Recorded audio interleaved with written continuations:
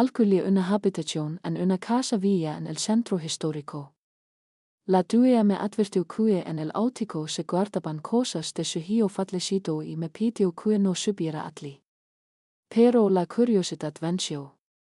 En una de las calles encontré una extra colección, canicas, vías y corpitas, soldaditos oxidados y pequeños muecas de trapo, cositas y sin hoyos. La calle olía tierra mollada y a dulces podridos. Por la noche oía como algo corría tras las paredes.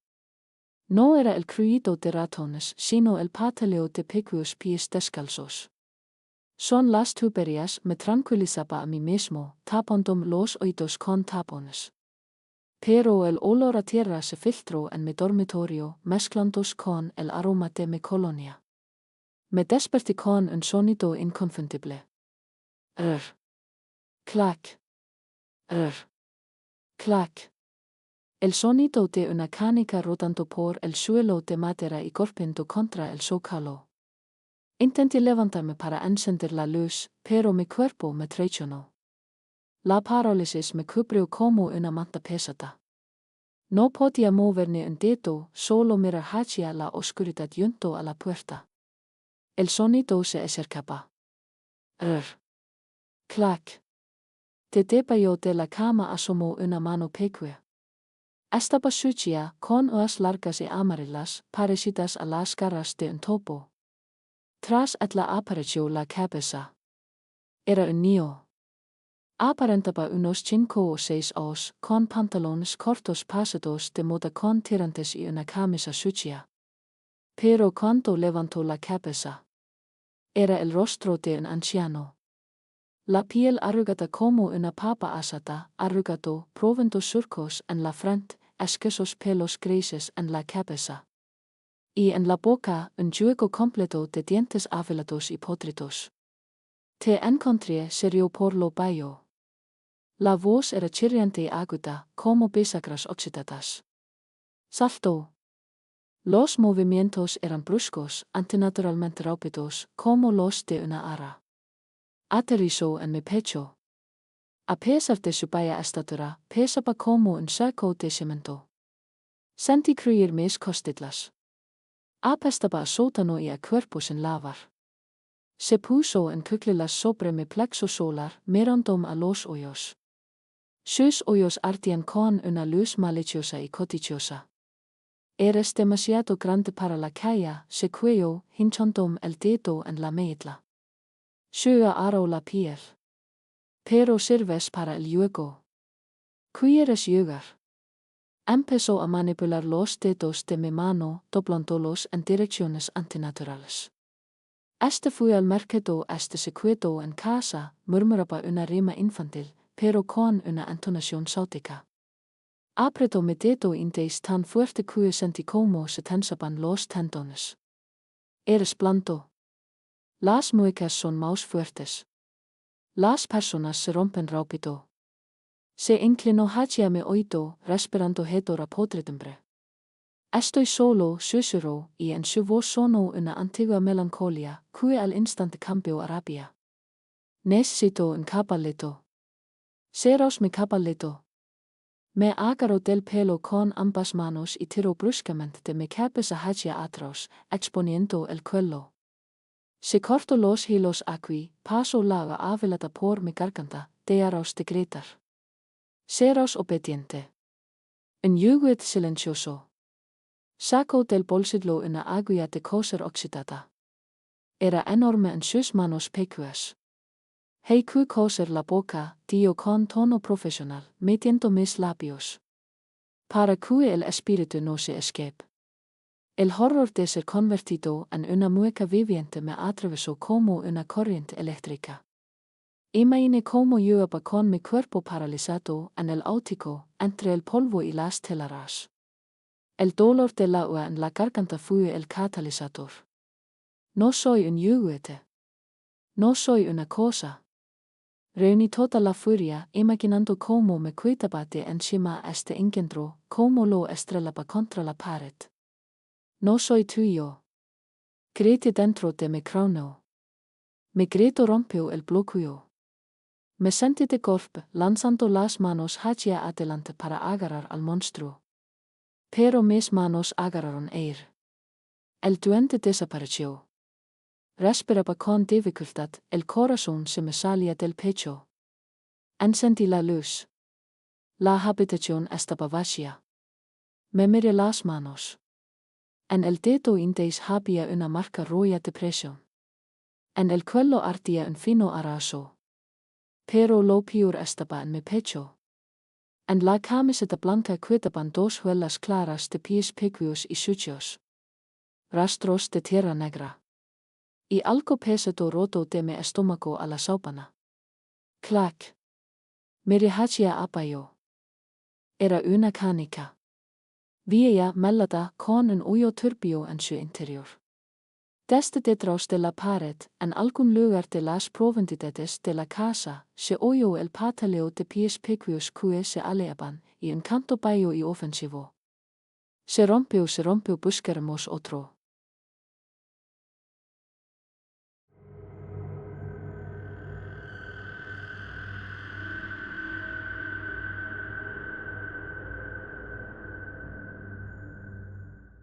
Siempre creí que los espejos amplían visualmente el espejo, por eso, cuando alquilé este apartamento estudio, me alegró el enorme espejo, de suelo a techo, frente a la cama. Era viejo, en un marco pesado, y parecía incrustado en la pared. La primera noche me quedé mirando fijamente mi reloj un buen rato mientras me anudaba la corbata. Me pareció que mi doble en el cristal parpadeó una fracción de segundo después de mí. Es el cansancio, me di a mí mismo, limpiando el cristal con un trapo. En la habitación olía fuertemente a amoníaco y a un limpiacristal barato, un olor químico y acre a limpieza que oculta la suciedad. Me acosté dando la espalda al espejo, pero sentía su brillo frío a mis espaldas. El suyo fue intermitente. Soy que estaba en una calle de cristal y el aire se acababa. Me desperté en medio de la noche con una sensación extra. La habitación se había vuelto demasiado simétrica. Quis darme la vuelta, pero mi cuerpo era un peso muerto. La parálisis me encadenó a la cama. Y hacía boca arriba, mirando justo frente a mí, al espejo de enfrente. La habitación estaba oscura, pero el espejo brillaba con una luz tenue y gris, como si la sacara de otra dimensión. Veía en mi cama. Me veía a mí mismo acostado bajo la manta. Pero el reloj no yacía inmóvil. Mi doble en el espejo se sentó lentamente. Yo yacía paralizado, y él estaba sentado, con las piernas colgando de la cama, mirando. Toc toc. El sonido venía de dentro del cristal. Golpeó con el nudillo la superficie del espejo desde aquel lado. La superficie se onduló como el agua. El imitador se levantó. Era mi copia exacta, pero mejorada. Su postura era perfectamente recta. Su piel era lisa, sin ningún defecto. Sus ojos brillaban con un intelecto frío y calculador que nunca había notado en mí mismo. Dio un paso y atravesó el cristal, como a través de la película de una pompa de Japón. El sonido de sus pasos en el suelo era extra, tintinante, como si alguien chocara copas de cristal. Clink clink. Se acercó a mi cama. Sentí el olor. No era olor a humano. Apestaba ozono, a frío y a ese mismo amoníaco acre. Qué desperdicio, pronunció. Su voz era la mía, pero sin emociones, perfectamente modulada, como la de un presentador de noticias. Tienes este cuerpo, pero lo destruyes. Te encorvas. Comes basura. Duermes poco. Se inclinó sobre mí. Su rostro era una máscara congelada de perfección. Te he observado durante horas, continuó, subiéndose lentamente a la cama. El colchón se hundió bajo su peso, pero él era duro como una piedra. He repetido cada movimiento tuyo. Cada gesto estúpido tuyo. Me cansé de ser una sombra. Se sento sobre mis caderas, presionandum con su peso antinatural. Sus manos se posaron en mis hombros. Sus palmas eran lisas y frías, como el cristal de espejo. Cambiem el sitio susurró acercando su rostro al mío. Vete al lado. Al otro lado del espejo. Allí es tranquilo. No hay que hacer nada. Solo repetir. Y yo viviré aquí. Arreglaré tu vida. El imitador empezó a tumbarse encima de mí. Intentaba fusionar conmigo, superponer su cuerpo al mío como una plantilla. Sentí como su esencia de vidrio se hundía en mí. Dolía como si me cortaran con miles de cuchillas microscópicas. Pegó su frente a la mía.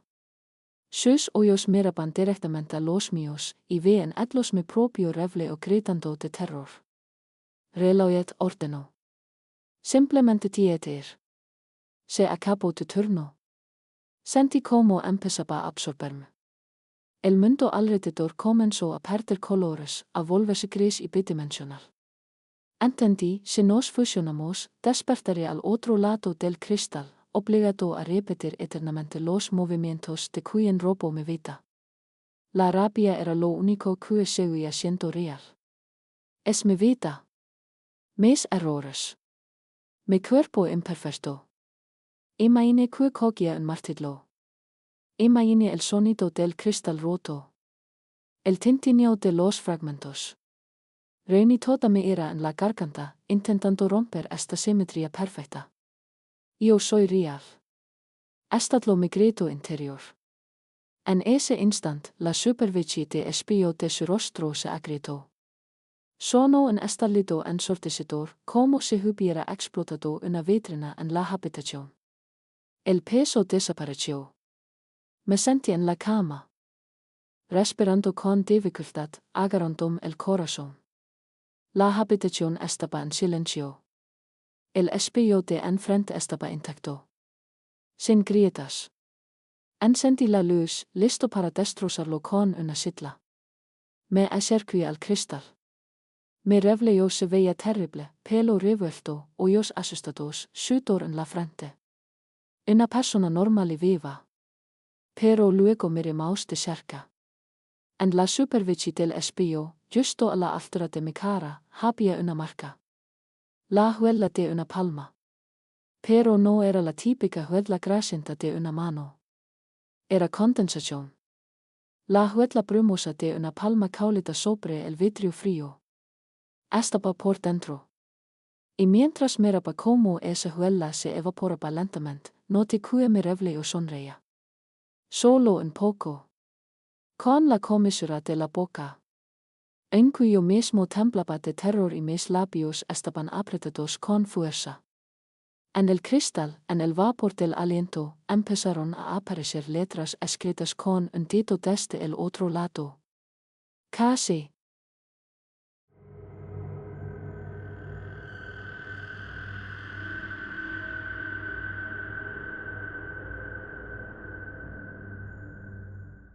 Caminando después de una tormenta, encontré en la orilla una vía botella cubierta de incrustaciones de moluscos. Dentro, en el agua turbia, flotaba un barquito de madera talado toscamente. Un pescador local, al ver el hallazgo, susurró asustado. No lo abras. Devuélvelo al mar. Solo me reí de las supersticiones rurales y puse la botella en la mesita de noche del bungalow alquilado. La habitación olió de inmediato a algas podridas, pero lo atribuí a la cercanía del océano. Apagué la luz y me acosté, pero el suyo se negaba a leer. Estuve horas dando vueltas en la cama, agitando la almohada y escuchando el ruido de las olas, que parecía antinaturalmente fuerte. El cuerpo estaba cansado, pero el cerebro seguía funcionando como si esperara algo malo. Finalmente, caí por un momento en una somnolencia pesada, solo para abrir los ojos de golpe inmediatamente. Me desperté, pero me di cuenta de que no podía moverme. Yachía boca arriba, con los brazos a los costados, presionado contra el colchón por un peso invisible. Se sentía como si estuviera en el fondo del océano bajo la presión de cientos de atmósferas. Intenté inhalar, pero el aire era denso y húmedo, como líquido. Goteo oí. El sonido estaba justo al lado de mi oído. Desvié la mirada hacia la mesita de noche. El corcho de la botella había salido volando. El agua sucia empezó a desbordar, pero no goteaba al suelo caóticamente. Se acumulaba en un charco oscuro que comenzó a crecer y pulsar. Chop chop se oyeron pasos húmedos y pesados. Algo caminaba hacia mi cama desde los pies. No lo vi hasta que el borde del colchón se hundió bajo un peso enorme. Sentí un toque helado en mi topidlo. Una mano resbaladiza, hinchada, parecida a un tronco podrido, se arrastró lentamente hacia arriba por mi espinilla. Me has liberado, pero la botella es muy pequeña, sonó la voz. Era el sonido del agua siendo succionada por un desech, un baño sordo y burbujante. Subía. Sentía como su cuerpo mollado se arrastraba por mis piernas, luego por el estómago. Apestaba a podredumbre y sal. Finalmente se cernió sobre mí, tapando el techo. Su piel era azul pálido, cubierta de úlceras de las que superaba agua de mar. Los hoyos eran blancos, como huevos cochitos, sin pupilas. El pelo, un manojo de algas negras enredadas. Miriam ordenó, apoyando las manos a ambos lados de mi cabeza. La almohada se empapó al instante. ¿Sabes por qué he venido? Pasó un dedo húmedo hinchado por mi cuello, buscando el pulso. Quería gritar, pero de mi garganta solo salía un estertor. Eres un recipiente, continuó, inclinándose tan bajo que las gotas de su nariz caían en mis oídos. Estás hecho de agua. Pero tu agua hizo una mueca como de asco. Es dulce. Es débil. Fluye demasiado rápido. Tu sangre es caliente e inútil. El monstruo se sentó en mi pecho. Respirar se volvió imposible. No estoy aquí para matarte, susurró, y de su boca sopló el frío del abismo. Estoy aquí para hacer un intercambio. Me cansé de la madera y el cristal. Quiero carne y huesos. Levó ambas manos a mi cara y me apretó las medlas, obligándome a abrir la boca. Desplazaré tu inútil agua dulce, explicaba con tono profesional, como un médico antes de una operación. Llenaré tus venas con el océano. Te volverás frío. Te volverás eterno. Te convertirás en mí. Serás el mar. El ahogado se inclinó muy cerca. Su boca abierta era un agujero negro lleno de líquido salado. Bebe ordenó. Un torrente de agua espesa e increíblemente salada brotó de su boca a la mía. Era viscosa como aceite y quemaba la garganta como ácido. Sentí como llenaba la tráquea, como se abría camino quemando hacia los pulmones. No me estaba ahogando, se estaba mutando dentro de mí. Sentía como mi corazón se ralentizaba, enfrentos bajo la acción de este veneno helado. El miedo a ser borrado, a convertirme en un simple tray de piel para este ahogado, hizo que mi cerebro entrara en pánico. Imaginé el sol abrasador del desierto. Imaginé fuego. Reuní toda mi voluntad en un puño e intenté expulsar a esta entidad extra. Hice una exhalación espasmódica, convirtiéndola en una explosión interna. Fuera. La silueta se deshizo en miles de salpicaduras frías. La parálisis desapareció al instante. Salté en la cama, boceando en busca de aire, tosiendo y escupiendo un limo imaginario. La habitación estaba vacía. La luz de la farola de la cal caía sobre la mesita de noche. La botella estaba en su lugar. Estaba intacta, pero medio vacía. Me pasé la mano por los labios, que aún ardían. En los dedos quedaron grandes cristales de sal. Y en el suelo, desde mi cama hasta la puerta, brillaban huellas molladas y anchas de pies descalzos. Nos secaban. Y des del rinton maus oscuro de la habitación leaba un susurro baio y decepcionado. Todavía tienes sed. Volveré.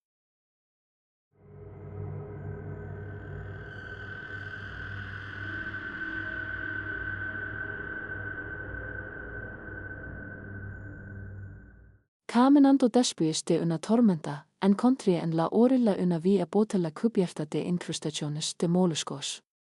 Dentro, en el agua turbia, flotaba un barquito de madera tallado toscamente.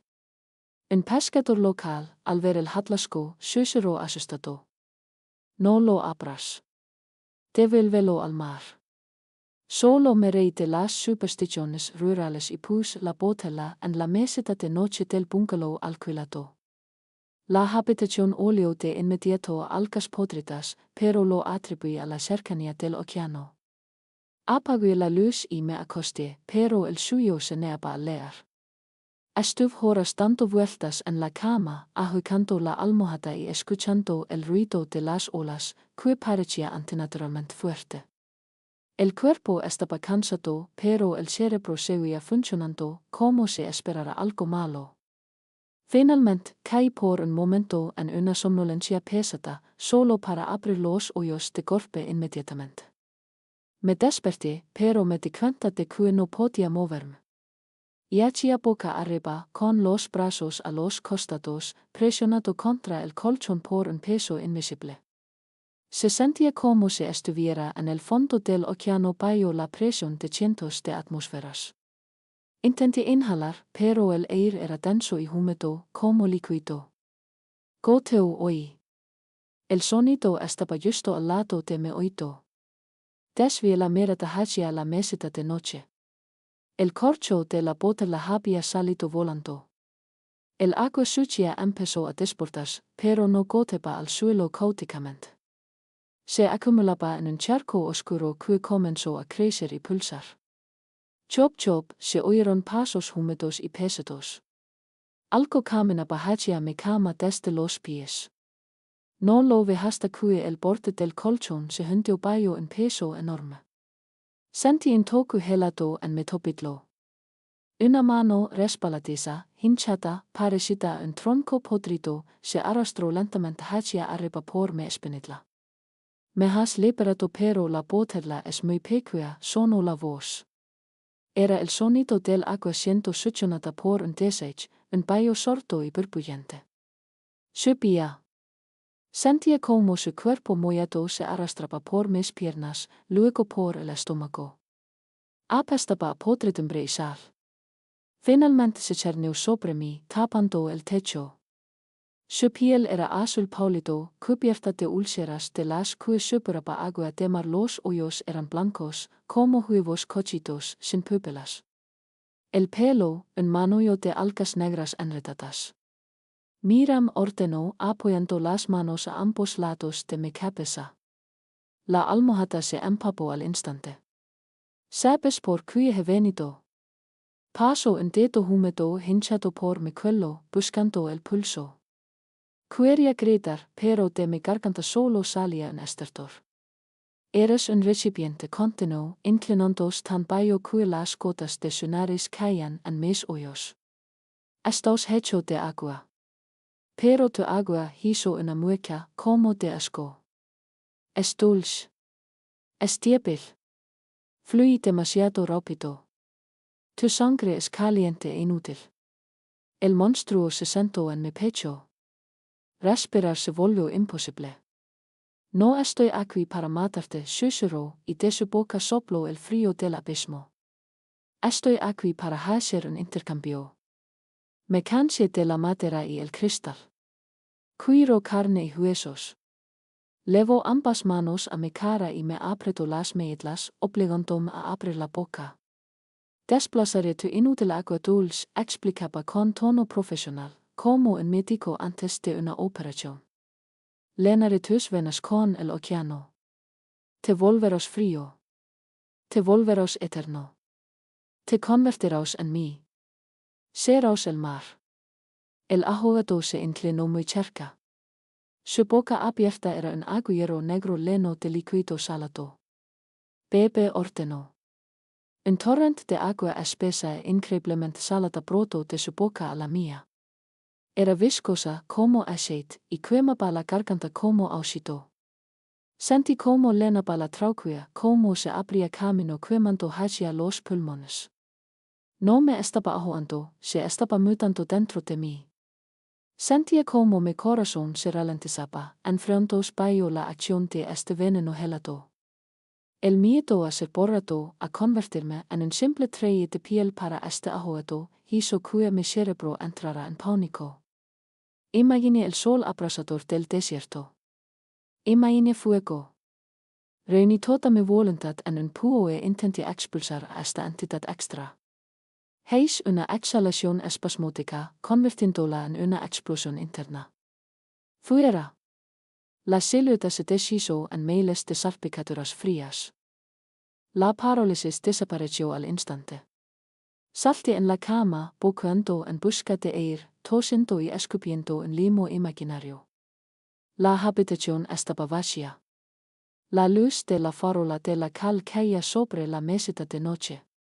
La botella estaba en su lugar. Estaba intacta, pero medio vacía. Me pasé la mano por los labios, que aún ardían. En los dedos quedaron grandes cristales de sal. Y en el suelo, desde mi cama hasta la puerta, brillaban huellas molladas y anchas de pies descalzos. Nos secaban. Y desde el rincón más oscuro de la habitación leaba un susurro bajo y decepcionado. Todavía tienes sed. Volveré.